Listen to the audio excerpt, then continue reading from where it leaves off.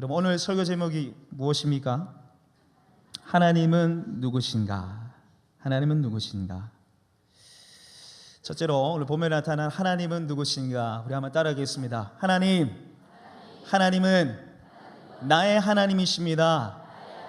하나님은 나의 하나님이십니다. 네, 돼지가 나와야 되는데 바로 들어갔습니다. 하나님은 나의 하나님이십니다. 하나님은 나의 하나님이십니다. 여러분, 오늘 이 성경에 보시면 이 하나님이 크게 세 부분으로 나옵니다. 제가 이 자막을 만들어 요청했는데 그게 1절에서 6절까지는 하나님의 전지하심으로 나와요. 좀 쓸 수 있으면 좀 여백에 쓰시면 좋겠는데 1절에서 6절까지는 하나님의 전지하심, 하나님이 모든 것을 아신다고 그렇게 고백하고 있고요. 7절에서 12절까지는 하나님의 무소부재하심입니다.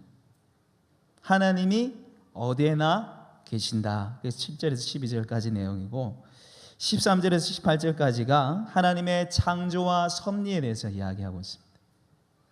그러니까 1절에서 6절까지는 하나님이 전지하시다, 모든 것을 아신다. 7절부터 12절까지는 하나님이 어디에나 계신다, 하나님 무소부재. 그리고 13절에서 18절까지는 하나님의 창조와 섭리에 대해서 이야기하고 있습니다. 그런데 다윗이 이 하나님의 전지하심, 무소부재, 그리고 하나님의 창조와 섭리에 대해서 얘기하면서 이 하나님이 바로 자신의 하나님이다라고 고백을 하고 있습니다. 여러분, 오늘 시편 139편에 하나님과 더불어서 가장 많이 나오는 단어가 1인칭 단수인 나, 내, 나의라는 단어입니다. 하나님 앞에 나의 하나님, 나를 아시는 하나님, 내 마음을 아시는 하나님이라고 다시 끊임없이 이렇게 고백하고 있습니다. 우리 1절과 3절 말씀을 같이 한번 읽어보도록 하겠습니다. 읽겠습니다. 여호와여, 주께서 나를 살펴보셨으므로 나를 아시나이다. 주께서 내가 앉고 일어섬을 아시고 멀리서도 나의 생각을 밝히 하시오며 나의 모든 길과 내가 눕는 것을 살펴보셨으므로 나의 모든 행위를 익히 아시오니. 아멘. 이 다윗이 하나님이 모든 것을 아시는 하나님이신데, 전지하신 하나님인데, 그 하나님이 나와 관계없는 하나님이 아니라, 나를 거들떠 보지도 않는 관심 없는 하나님이 아니라 나를 아시는 하나님이라. 여호와여, 주께서 나를 살펴보셨으므로 나를 아신다고 그렇게 얘기하고, 나의 생각을 아시고 나의 앉고 일어섬을 안다고 지금 그렇게 고백하고 있습니다. 그 하나님이 바로 자기 하나님이라는 것이죠. 그 다음에 나오는 하나님이 7절과 8절, 그게 무소부재의 하나님, 어디에나 계시는 하나님인데, 우리 7절 8절 같이 한번 읽어보도록 하겠습니다. 읽겠습니다. 내가 주의 영을 떠나 어디로 가며 주 앞에서 어디로 피하리리까? 내가 하늘에 올라갈지라도 거기에 계시며 소울에 내 자리를 펼지라도 거기에 계시니까. 내가 주의 영을, 성령님을 떠나서 어디로 피하며 어디로 가겠습니까? 내가 하늘 위에 올라갈지라도 거기 계시고, 스올, 지옥입니다. 내가 지옥에 떨어질지라도 하나님이 거기 계신다고. 내가 어디에 있든지 지옥 끝에 떨어질지라도 하나님이 나와 함께 하신다고 그렇게 고백하고 있는 것입니다. 다윗이 고백하는 이 하나님은요, 약간 좀 부정적으로 얘기하면 하나님을 피할 수가 없어요. 하나님에게서 도망칠 수가 없어요. 도망가려고 해도 성령님 함께 하시는 거예요, 늘. 그래서 그 하나님이 나의 하나님이라는 것이죠. 우리 9절 10절 우리 다시 같이 한번 읽어보겠습니다. 내가 새벽 날개를 치며 바다 끝에 가서 거주할지라도 거기서도 주의 손이 나를 인도하시며 주의 오른손이 나를 붙드시니이다. 아멘. 여러분, 오늘 이 9절 말씀에 보시면 내가 새벽 날개를 치며라는, 날개를 친다라는 이 단어가 원문에 보시면 날개를 가지다, 날개를 취하다라고 되어 있습니다. 그러니까 내가 새벽 날개를 가져서 저기 바다 끝에 갈지라도 하나님이 거기 함께 하신다는 거죠. 여러분, 새벽에 태양이 뜨는 것을 보셨습니까? 바닷가에 태양이 올라오는 걸 좀 보셨어요? 저기 멀리부터 이제 태양이 올라오기 시작합니다. 그런데 태양이 올라오면 순식간에 정말 빛의 속도로 온 바다들 태양빛으로 덮대야 되는 것을 우리가 보게 됩니다. 이 시편 기자 다윗이 말하는 새벽 날개를 가진다는 것은 자기가 새벽 날개를 가져서 마치 태양이 빛을 순식간에 뻗어서 바다 끝에 닿듯이 내가 그렇게 빛의 속도로 빨리 달려서 바다 끝에 달려갈지라도 하나님이 그와 함께 하신다는 거죠. 여러분, 특별히 이 구절의 바다 끝이라는 것은 유대인들에게 극한 위험의 장소입니다. 사탄이 있는 장소예요. 그래서 계시록 21장에 보면 바다도 다시 있지 않더라라는 말이 나오는데, 여기서 말하는 바다는 실제 우리가 눈으로 보는 바다가 아니고 사탄이 지배하는 장소예요. 자기가 사탄에게 농락을 당할지라도 수월 지옥에 떨어질지라도 거기에도 하나님이 함께 하시고 붙들고 계신다는 거죠. 그래서 계속해서 하나님에 대해서, 창조와 섭리에 대해서 16절 17절 말씀을 고백하기 시작합니다. 우리 16절 17절 같이 한번 읽어보겠습니다. 내 형질 이루어지기 전에 주의 눈이 보셨으며 나를 위하여 정한 날이 하루도 되기 전에 주의 책에 다 기록되었나이다. 하나님이여, 주의 생각이 내게 어찌 그리 보배로우신지요, 그 수가 어찌 그리 많은지요. 아멘. 다윗이 오늘 고백하는 하나님은 그저 인간을 창조하신 하나님, 인간을 만들고 섭리하시는 그런 하나님이 아니라 다윗 자신을 창조하신 하나님이라는 거죠. 내 형질 이루어지기 전에 하나님이 나를 살펴보셨다는 거죠. 주의 날이, 정한 날이 이루어지기 전에, 나의 모든 날이 시작되기 전에 주의 책에 다 기록해놨다는 거죠. 내가 태어나서 살아갈 모든 날들을 하나님이 다 정해 놓으셨다는 거죠. 그것을 계획하시고 하나님이 기뻐 바라보셨다는 거지. 예정하시면서 하나님의 그 따뜻한 눈길, 세밀한 눈길, 하나님의 사랑의 섭리의 손길들을 다윗이 지금 바라보고 거기에 감동해서 찬양하고 있는 것입니다. 사랑하는 여러분, 여러분은 정말 하나님을 나의 하나님으로 고백하고 있습니까? 아무런 거리낌 없이 이 성경에 나타난 이 하나님, 다윗이 오늘 고백한 이 하나님이 여러분의 하나님이라고 여러분 당당하게 고백할 수 있습니까? 다윗처럼 내가 바다 끝에 거할지라도, 고통과 절망의 자리에 떨어질지라도 하나님 거기 계십니다. 지옥불에 떨어져도 하나님이 보이지 않아도 하나님 거기에 하나님이 나와 함께 하십니다. 하나님의 뜻, 하나님의 계획을 전혀 알지 못하고 정말 이해할 수 없어도 그래도 하나님 나와 함께 하십니다. 이렇게 고백할 수 있습니까? 여러분, 그저 다윗의 하나님, 아브라함의 하나님, 모세의 하나님, 바울의 하나님이 아니라 이 성경에 기록된 나의 하나님.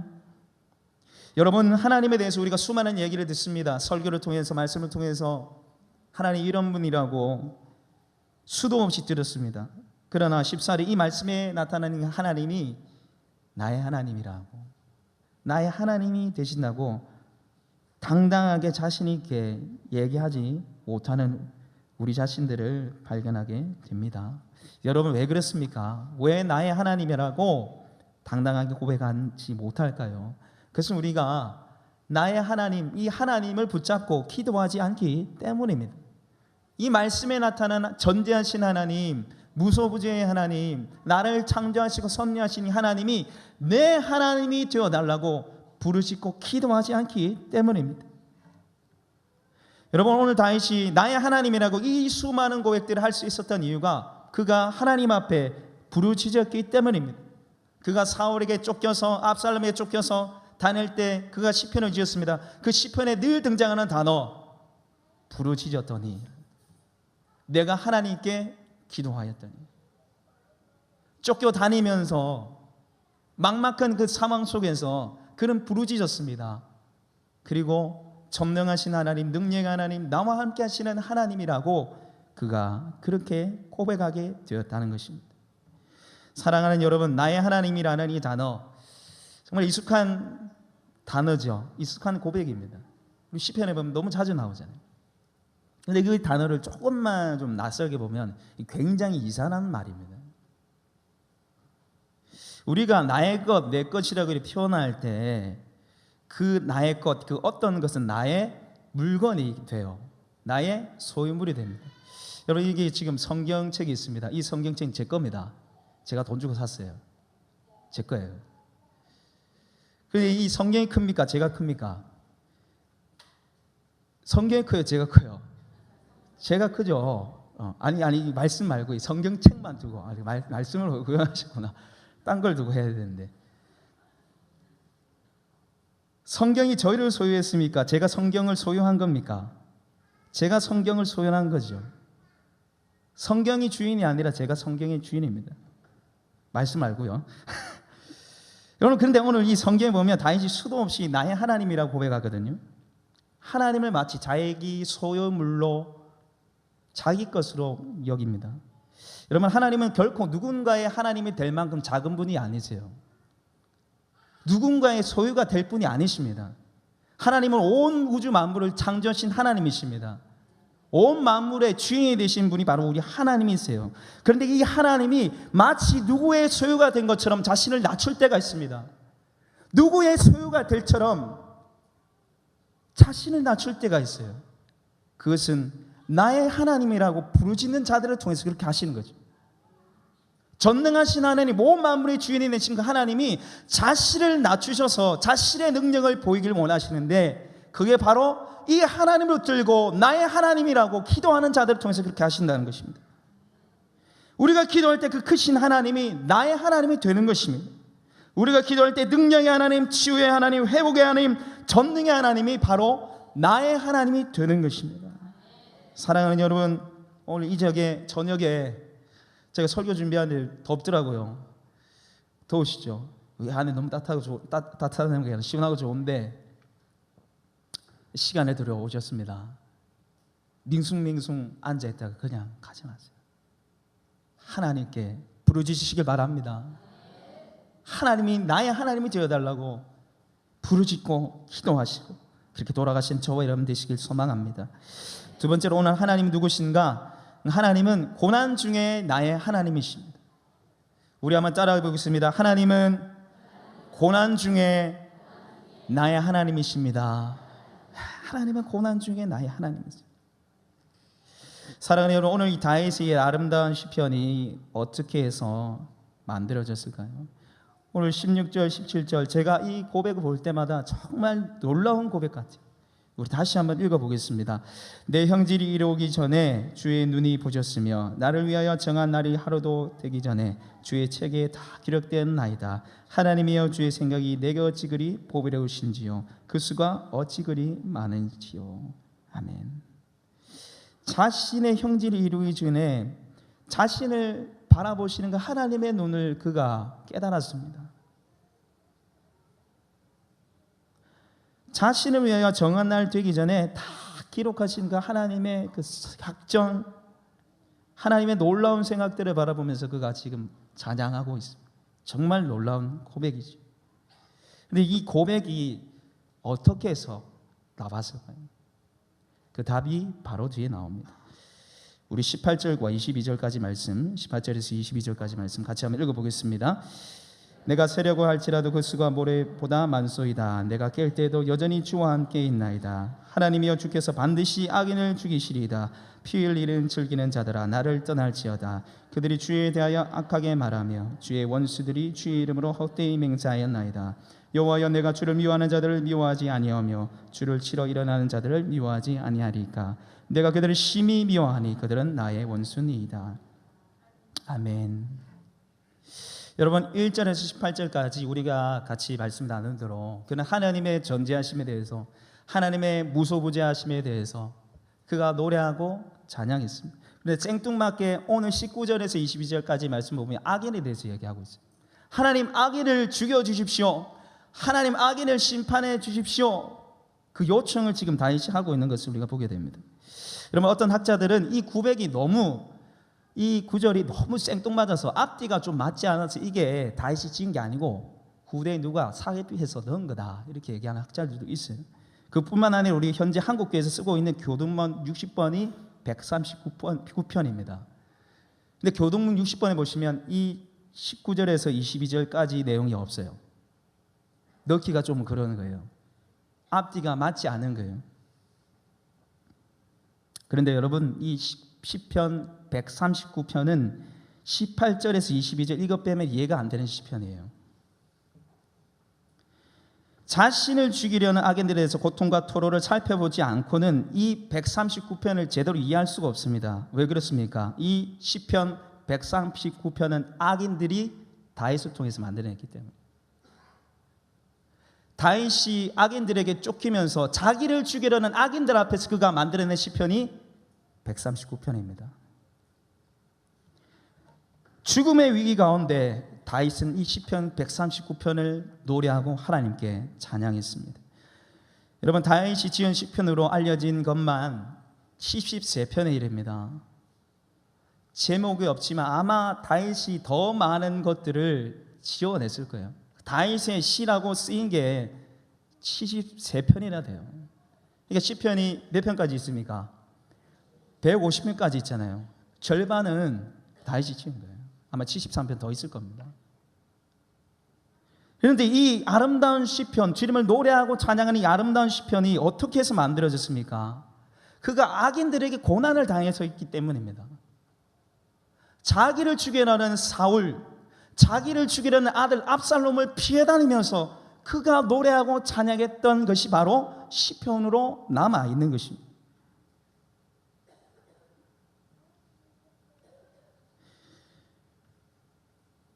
그는 악인으로부터 수많은 고난을 당했기 때문에 시편들을 만들어냈어요. 그리고 이 고난 가운데 응답하시는 하나님이 아니라 응답하지 않으시는 하나님, 부르짖어도 도와주지 않으시는 그 하나님을 통해서 오히려 하나님의 임재와 하나님에 대한 신뢰를 그가 가지게 되었습니다.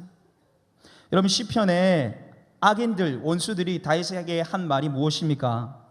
내 하나님이 어디 있느냐.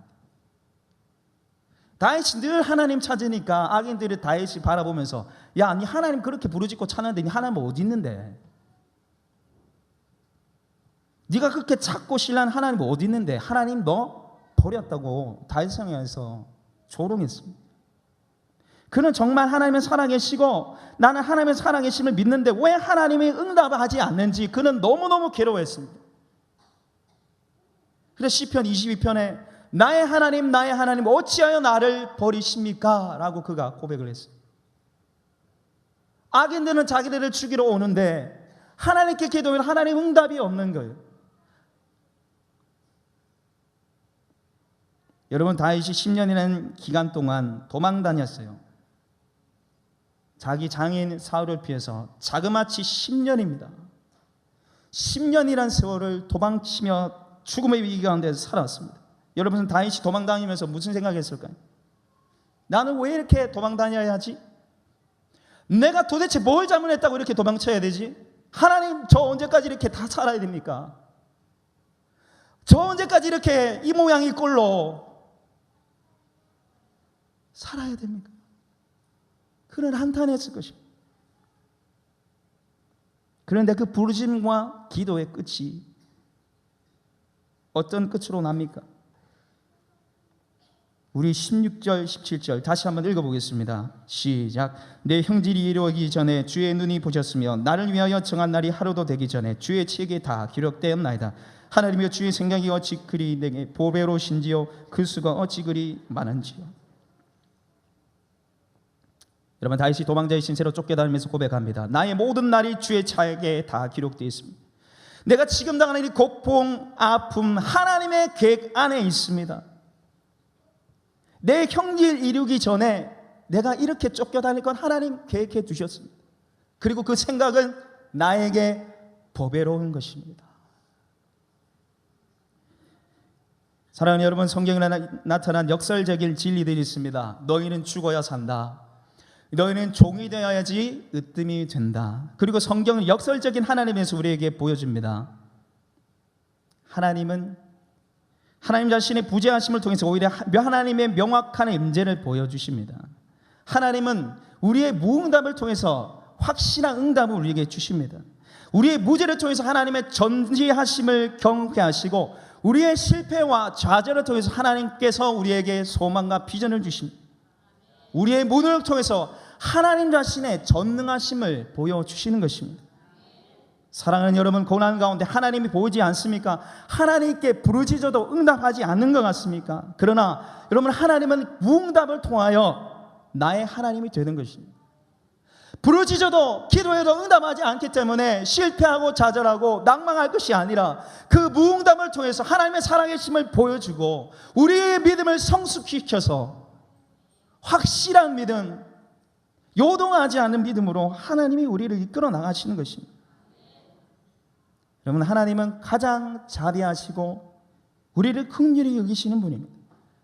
그 하나님이 저와 여러분을 위해서 하나밖에 없는 아들을 죽이셨어요. 아들 죽이면서까지 우리를 살렸습니다. 그래서 로마서 말씀에 너희가 아들인데 모든 좋은 것 은사들을 주시지 않겠느냐. 하나님이 우리의 아버지세요. 고난 중에 나의 하나님으로 여러분 여기시길 바랍니다. 실패하고 낭망하지 마시고 낙심하지 마시고 하나님 끝까지 붙으시는 저와 여러분 되시길 바랍니다. 세 번째로 오늘 본문에 나타난 하나님은, 좀 길지 못하면 따라해 보겠습니다. 하나님은 고난 중에 숨어 계신 나의 하나님이십니다. 하나님은 고난 중에 숨어 계신 나의 하나님이십니다. 여러분, 이 시편 139편은 악인들 앞에서 올려드렸던 시편으로 같이 말씀을 나눴습니다. 그런데 이 시편의 고백들을 올려드렸을 때, 하나님께 찬양했을 때 과연 하나님이 악인들을 멸하여 주셨을까? 아닙니다. 다윗이 고백했던 모든 시편에 그가 믿음으로 고백한 거예요. 그냥 악인들을 멸하셨나이다. 악인들이 실제로 사라진 게 아니에요. 그 기도하는 그 짧은 찰나에 어떤 일도 생기지 않았습니다. 시편 139편도 마찬가지입니다. 이런 위대한 고백, 이런 아름다운 고백을 해도 악인들은 여전히 그를 죽이러 찾아옵니다. 사랑하는 여러분, 우리가 하나님을 믿는 데 있어서 가장 힘든 게 뭘까요? 가장 절망스러운 게 무엇입니까? 바뀌지 않는 환경, 상황 때문입니까? 우리가 가장 절망스러운 것은 기도해도 응답하지 않는 하나님이세요. 부르짖어도 내가 찾아오시고 말씀하지 않는 것 같은 게 하나님입니다. 우리 새벽 시간에 큐티 말씀을 나누고 있는데 욥이 괴로워서 그렇게 외쳐대잖아요. 재산이 날라가고 자식이 죽어서가 아니에요. 머리부터 발끝까지 악종 종기가 나서 아니에요. 하나님이 응답하지 않기 때문입니다. 분명히 자기는 죄를 안 지었거든요. 왜 이런 고난을 주셨는지 하나님이 말씀하지 않는 거예요. 고난 가운데 벌어져 있는데 새 친구들은 계속 욕을 하고 있는데 하나님이 아무 말씀 안 하시는 거예요. 하나님은 욥 편을 들어주지 않는 거예요.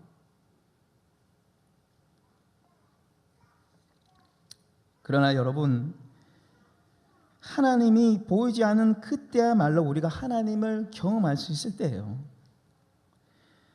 여러분, 제가 집에서 저희 아이들과 함께 하는 게임 베스트 3가 있어요. 첫 번째는 버스 노래입니다. 이불을 길게 피면 아이들 위로 올라가요. 그럼 제가 그 노예처럼 그걸 이불을 질질 끌고 다녀야 돼요. 아이들은 굉장히 좋아합니다. 그런데 저는 굉장히 싫어합니다. 왜냐하면 체력 소모가 막 심하기 때문입니다. 제가 안 한 지 한 4, 5년 된 것 같습니다. 두 번째는 다리 잡기입니다. 이 다리 잡기는 뭐냐면 아이 다리를 잡아서 이렇게 드는 거죠. 머리는 이제 밑으로 있고 이렇게 잡아서 이제 돌리는 거예요. 아이들은 굉장히 좋아합니다. 그런데 저는 굉장히 싫어합니다. 왜냐하면 체력 소모가 막심하기 때문입니다. 이거 항상 하기 전에 제가 아이들과 쇼부를 봅니다. 3번만 한다, 5번만 한다. 무한 반복을 요구하기 때문에 제가 항상 딱 채수를 정하고 합니다. 세 번째입니다. 세 번째는 숨바꼭질입니다. 아이들 굉장히 좋아합니다. 그리고 저도 굉장히 좋아합니다. 왜냐하면 체력 소모가 가장 작기 때문입니다. 술래잡기라 시고 저는 바닥에 누워서 20초, 30초를 셉니다. 그리고 진짜 숨었나? 찾으러 간다! 막 이렇게 하면 100초까지도 셀 수 있어요. 100초까지 쉴 수 있는 특권을 제가 받는 것이죠. 이 숫자를 세고 나서 이제 아이들 찾으러 갑니다. 그런데 여러분, 우리 아이들이 숨바꼭질 할 때 언제 가장 좋아하는지 아십니까? 숨으러 갈 때, 아니면 제가 못 찾을 때일까요? 아닙니다. 제가 찾아낼 때. 옷장에 들어가 있는데 확 여기 있대! 그러면 와! 박수를 치면서 막 박장대소라고 막 괴성 막 질러요. 그래서 제가 가끔씩 착각을 합니다. 와, 내가 연예인인가? 딴 사람한테는 연예인 같지 않지만 우리 아이들한테는 그럴 때마다 내가 아이돌 좀 되는가 보다 그런 착각을 제가 하거든요. 근데 제가 여러분 이 숨바꼭질 할 때 아이들이 어디 숨어 있는지 거의 다 알아요. 눈을 감아도 막 다 알고 있습니다. 어떻게 하냐면 다 숨었나? 그러면 네. 그래. 지금 작은 방이 있구나. 그 위치가 약간 불명확해요. 분명히 작은 방이 있는데 어딘지 잘 모르겠단 말이에요. 더 크게 얘기하면 진짜 잘한다. 다 숨었나? 그러면 네. 그래. 작은 방 그 침대 밑에 끼어 들어가 있구나. 그래서 제가 바로 찾으러 가지 않습니다. 일부러 못 찾는 쪽 좀 연기를 좀 해주고. 네. 그래서 여기 있네. 그러면 와, 아빠 대단해요. 어떻게 그렇게 잘 찾아요? 그래 대단하지. 이렇게 제가 해요. 근데 반대로 아이들이 술래일 경우에는 일부러 제가 잘 찾을 수 있는, 아이들이 잘 찾을 수 있는 곳에 제가 숨어요. 아이들을 못 찾으면 헛기침도 좀 해보고 팔도 내밀고 뭐 발도 내밀고 막 이렇게 하거든. 그러면 아들이 지구들이 잘났다고 막 찾았다고, 아빠 나 찾았어, 나 대단하지, 너 대단하다 어떻게 찾았노, 막 이렇게 한단 말이죠. 여러분, 제가 완전히 숨으려면 어떻게 하면 될까요? 완전히 숨으려면 집에서 나와버리면 됩니다. 밖에 나가면 절대 못 찾겠죠. 근데 어디 제가 숨습니까? 찾기 제가 숨어요. 소리 내면서 기침하고 있습니다. 한 학자가 이런 얘기했습니다. 하나님은 어떤 분이신가? 하나님은 숨어서 헛기침하며 우리를 기다리시는 분이시다. 헛기침하시면서 우리가 하나님을 찾아내기를 하나님이 간절히 기다리고 계신다. 사랑하는 여러분, 하나님은 우리가 찾지 못하도록 숨지 않으십니다. 하나님을 찾아낼 수 있도록 하나님이 숨어 계십니다. 누구야, 나 여기 있어. 네가 나를 찾기를 기다리고 있어. 동년아, 나 여기 있다. 나 여기 있어. 나를 찾아와라. 여러분, 하나님은요, 우리가 그저 예수 믿고 천국 가는 그런 믿음만 갖길 원치 않으세요. 얕아서 얄팍해서 밑바닥이 다 드러나는 그런 믿음 원치 않으세요. 그저 주일날 예배 한번 드리는 거, 목장 모임 한번 참석하는 걸, 그 정도 그 수준으로 하나님 믿는 거 원치 않으세요. 내가 생각하는 것보다, 내 수준보다 훨씬 더 하나님을 믿고 신뢰하길 원하십니다. 바로 그 믿음의 성숙을 위해서 하나님이 때때로 숨어 계십니다. 우리가 하나님을 찾도록 숨어 계십니다. 여러분, 믿음의 성숙이 무엇입니까? 우리 한번 따라해 볼까요? 보지 않고 믿는 것, 경험하지 않고 믿는 것, 그게 바로 진짜 믿음이에요.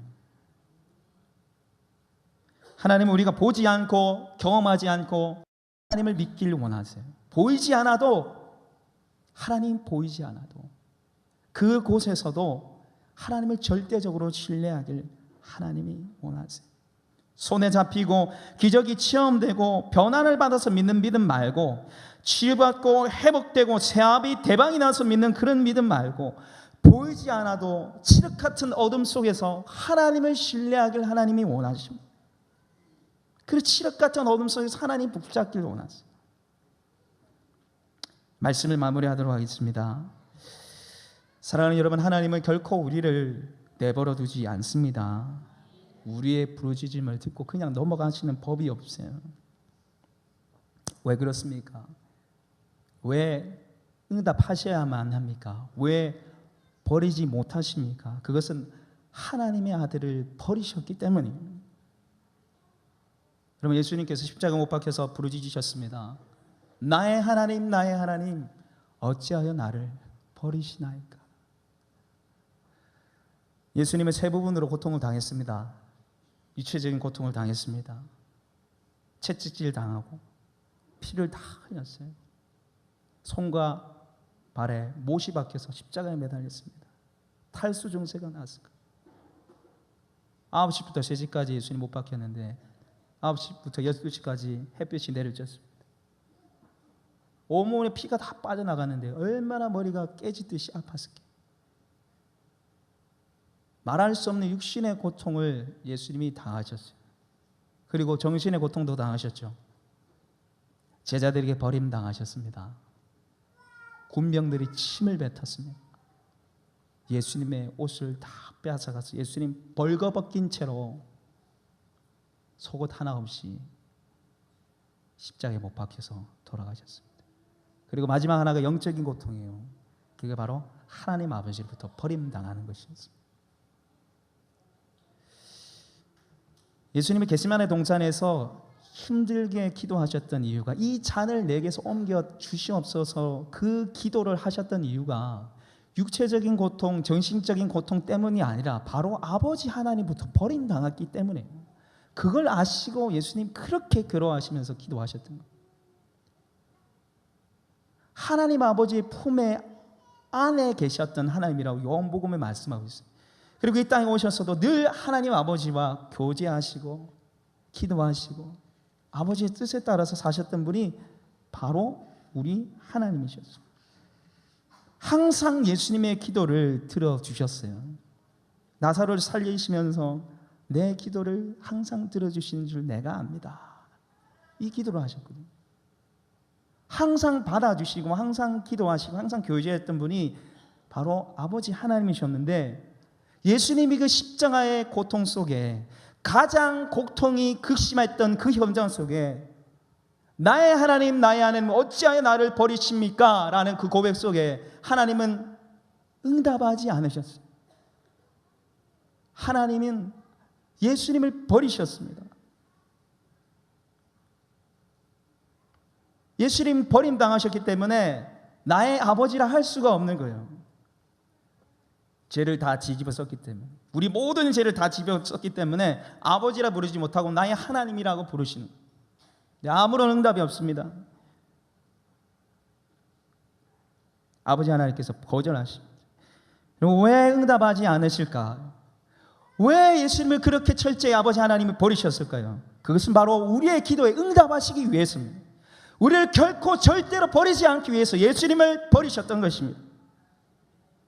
예수님의 십자가는 단지 우리의 죄를 대속하기 위한 십자가가 아니에요. 단지 죄의 문제만 해결해 준 십자가가 아닙니다. 예수님은 우리를 대신해서 철저히 버림당하셨고 철저히 거절당하셨습니다. 그래서 우리는 결코 버림당할 수 없는 존재,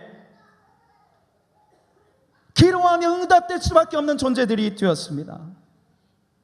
여러분, 고난 가운데 하나님 나 버리셨다고 생각하십니까? 내 기도 절대 안 들어주신다고 생각하십니까? 여러분, 그렇지 않습니다. 하나님은 우리를 결코 버릴 수가 없어요.